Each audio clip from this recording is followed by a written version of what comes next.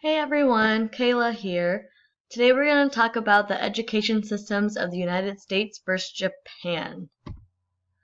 So the United States and Japan have different education systems, yet the US is consistently falling behind Japan in math and science when it comes to global education. And we're wondering, well, why is that? So first we're going to talk about some data, and then we'll talk about some strategies. So looking at some reading scores, the US has an average PISA reading score of 497, and in Japan, their reading score is 516. So they're a little bit higher when it comes to reading, and their average 3-year trend is actually getting worse, but so is the US. So looking at their 3-year trend, there's not a huge difference, but their overall average reading score is still higher than the US.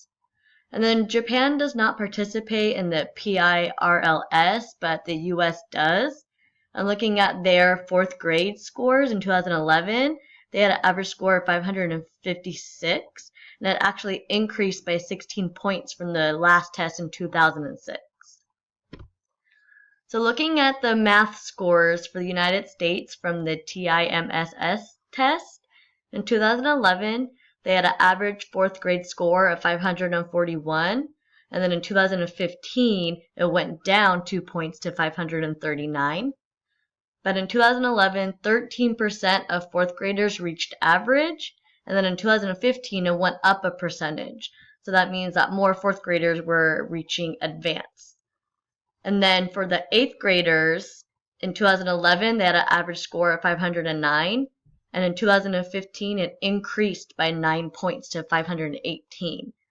We're also seeing more 8th graders reaching the advanced level of the TIMSS, which is awesome.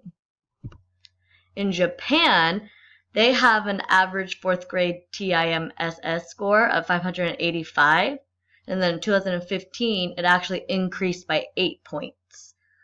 They had more students reach advanced than they did in 2011, and their 8th graders also increased their average scores, and more of them reached the advanced level of the TIMSS test.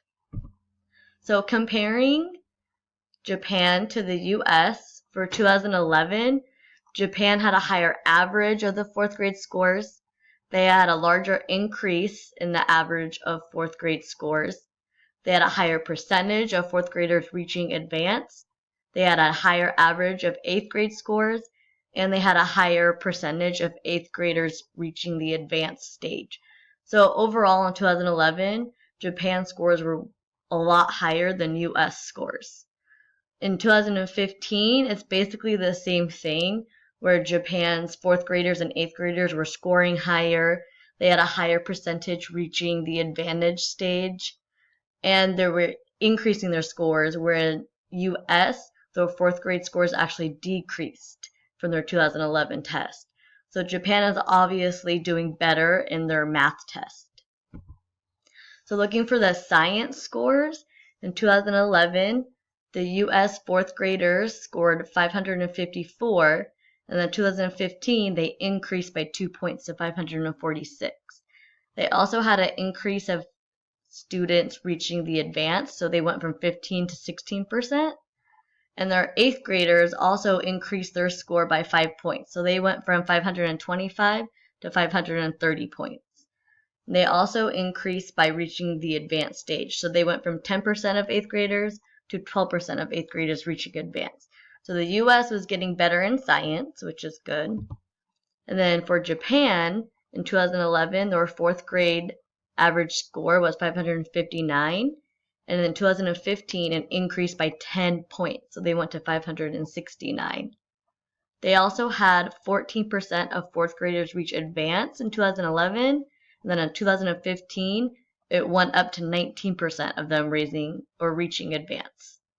And then their 8th graders actually scored 558 in 2011, and in 2015, they increased to 571 points. So they went from 18% of 8th graders reaching advanced to 24% of 8th graders reaching advanced. So even though the US was improving their scores, Japan has also been improving their scores. So looking at both countries, in 2011, we can see that Japan had a higher average fourth grade score, and they had a larger increase in the average fourth grade scores. However, the US actually had a higher percentage of fourth graders reaching the advanced stage on the test. Yet, for eighth graders, Japan still had higher scores and a higher percentage reaching advanced. And then in 2015, we see the same kind of things where Japan's scores were higher and the percentages were higher for reaching advanced. So still overall, we see that Japan is actually getting higher scores than the US. So one of the things that I wanted to talk about as to why I think Japan's scores are better than the US scores is that teachers do what's called teaching between desks. So teaching between desks is basically the process of kind of moving around from desk to desk to monitor and assist the students while they're doing their independent or collaborative work. So basically, Japanese teachers, they just spend a little bit of time at every student's desk just to make sure that they're getting the attention that they need. So if they have to quickly go over something or maybe try to challenge that student, they're able to do so.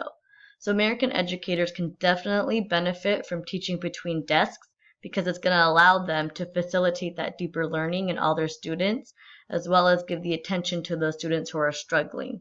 So I believe that this strategy could be one of the reasons why the Japanese students are scoring higher on all the global tests than the American students.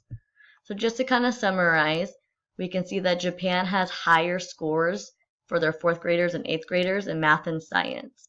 And even though the US remains above the center point of the TIMSS scale, it still continues to fall behind Japan in math and science.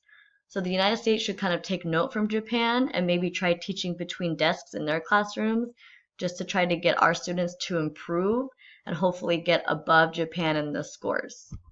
Here are the references, and thank you so much for listening, guys.